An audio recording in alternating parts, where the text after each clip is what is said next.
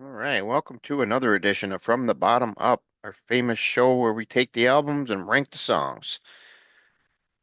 All right, today we are doing an album that doesn't get all the accolades that it really deserves. It's a solid album that's always been maligned, unfortunately. And we are talking REO Speedwagon. Good Trouble came out in June of 1982, peaking at number seven. Went platinum. And it was produced by the same team that did its predecessor, High Infidelity. Kevin Cronin, Gary Richrath, Alan Gratzer, the three members of REO Speedwagon, along with Kevin Beamish, came out on Epic Records. And let's walk you through this one. We're going to start off with our number 10, our least favorite. We call this one okay. It's an okay song. Don't hate it. It's unique because it's not a Kevin Cronin vocal song. We're talking about Let's Bebop. Odd title. It's one of two Bruce Hall compositions on the album, and one of the two songs he sings. And yeah, I mean it's okay. There's nothing bad about it. It's good hearing a different voice on here, but the song just didn't really have as much going on compared to the other ones. That's all. That's why I got it at number 10. Number nine might surprise people because got Sweet Time, and the reason why it might surprise you because it was the second and final single released from the album, and it did chart in the top 40, hitting number 26, but it was a short but sweet stay. It's the shortest song on the album, and in my estimation, I feel it was definitely the wrong single that was chosen. Even though it made top 20, number 26, I mean, you got to remember they're coming off High Infidelity. They should have made sure to pick another song on here that, there's a couple on here that are better than this one. I think it would have done a little bit better on the charts. So that's what we got for number nine. Number eight, Back in My Heart Again. Another song here written by Mr. Gary Richrath. It's okay, you know, it's all right. Just not, it's not as good as the other stuff coming up here. This album was it was kind of hard to do because, other than the first couple songs, the rest of them are all kind of fell in the same bucket, kind of like the same bracket here. So I had to like choose from like my three to my number eight on exactly, the order. And, if I went back and did this another month down the road, things would definitely probably change a little bit. But right now, this is where I got Back in My Heart Again at number eight. Number seven, this is where it starts picking up here a little bit. And we're talking about Good Trouble, the title track, which was written by Mr. Kevin Cronin. And yeah, this one definitely one of the songs on the album, that kind of is overlooked. It's near the end of the album, so if you make it through playing it all the way through, you're going to hear it. But it's the closing track on the album. But yeah, it's solid. I like it. It's one of the ones that I've always gone back to and played over some of the other ones that I just mentioned. So that's what we got there.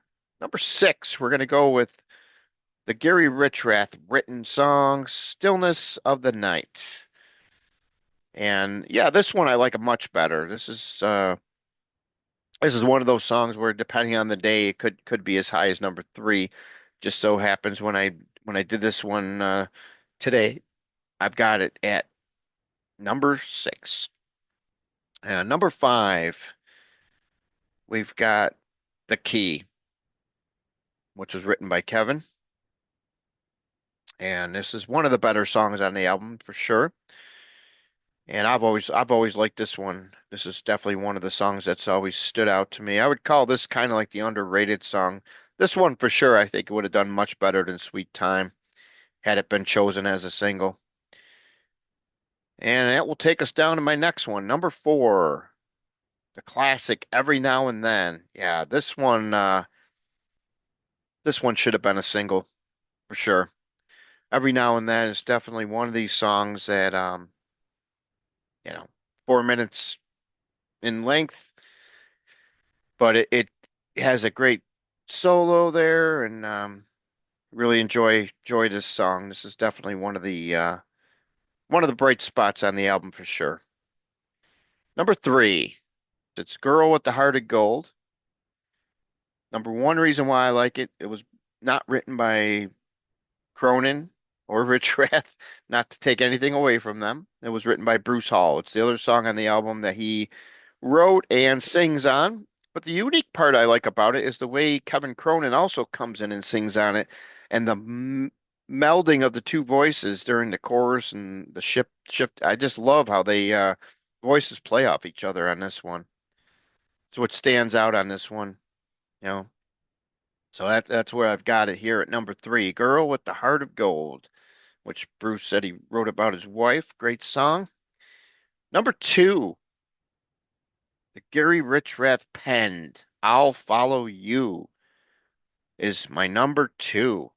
And this one was the B-side to the single and the first single, the big single, which we are going to talk about next. But this was the B-side. But yeah, I'll Follow You. Definitely some interesting lyrics here.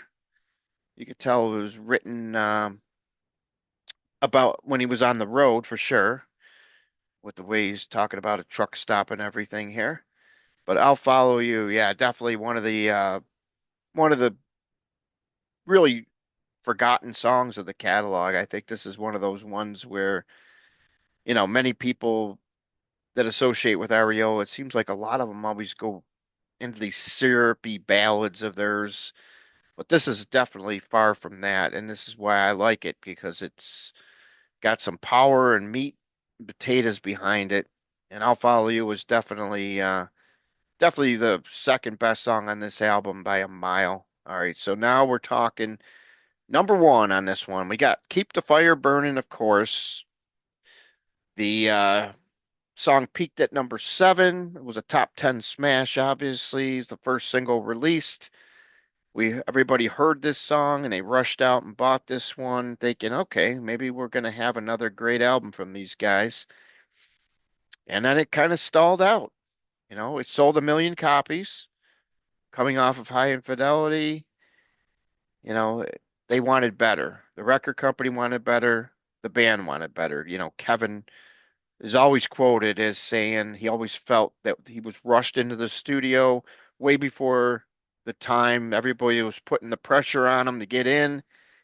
And, he said he made the most of the situation, but he's always kind of not warmed up to this album because of that fact. And I can understand his take on that. I know I talked to Bruce Hall way back, plan must have been about 15, 10 years ago, somewhere in that range, 10, 15 years ago, where we discussed this album. And Bruce always was high on it. He always liked it. And but he even mentioned that Kevin was always a little um, not happy with it, the way it all turned out because they always felt that they were pressured and they just weren't ready to make the album yet because they were on the road, doing High Infidelity, and that album just blew right up. And then, this one, when you're rushed into the recording studio, you know, it was, less than 2 years after the other one came out. Yeah, that and the way it blew up, I can understand his point. So we're gonna quickly run this one down for you. Got 10, Let's Bebop. 9, Sweet Time. Number 8, Back in My Heart Again. Number 7, Good Trouble. 6, Stillness of the Night. 5, The Key.